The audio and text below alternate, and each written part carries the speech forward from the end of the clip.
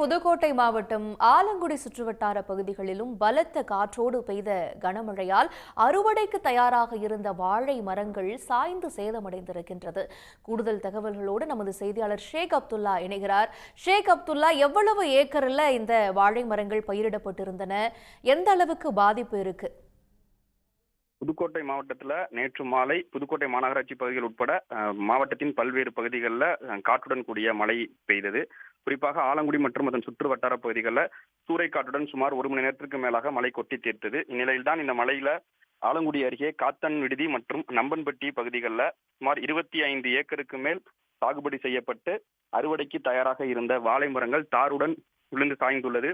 இதனால் வாழை மரத்தை விவசாயம் செய்த வாழை விவசாயிகள் செய்வதறியாமல் தவித்து வருகின்றனர். குறிப்பாக இன்னும் சில தினங்கள்ல அறுவடைக்கு தயாராக இருந்த வாழை மரங்களை ஏற்கனவே வியாபாரிகள் விலை பேசி சென்ற நிலையில திடீரென்று வீசிய சூறைக்காற்றால் வாழை மரங்கள் அடியோடு சாய்ந்து விழுந்துள்ளது.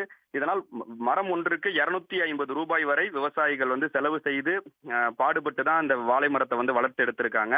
இந்நிலையில பலன் கொடுக்கக்கூடிய நேரத்துல எதிர்பாராத விதமாக சூறைக்காற்றுடன் கொட்டி தீர்த்த மழையால முழுமையாக 25 ஏக்கருக்கு மேல் பயிரிடப்பட்ட வாழை மரங்கள் சாய்ந்து சேதமடைந்துள்ளது.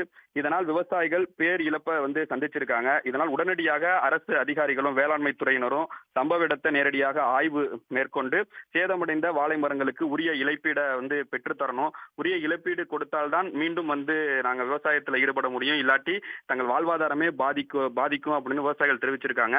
மேலும் இந்த சூறைக்காற்றுடன் கிட்டத்தட்ட 1 மணி நேரத்திற்கு மேலாக பெய்த மழையால காத்தன் விடுதி மற்றும் நம்பன்பட்டி பகுதிகளில்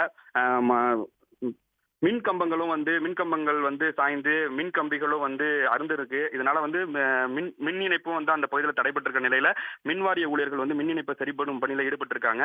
இதே போல்தான் ஆலங்குடி சுற்றுவட்டார பகுதிகளில் பலா விவசாயத்திலையும் பல விவசாயிகள் ஈடுபட்டிருக்காங்க.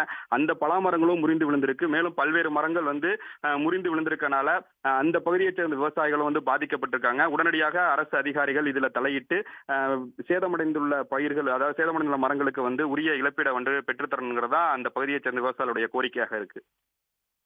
விவரங்களுக்கு நன்றி ஷேக் அப்துல்லா. உடனுக்குடன் செய்திகளை தெரிந்து கொள்ள சன் நியூஸ் பெல் ஐகானை கிளிக் பண்ணுங்க.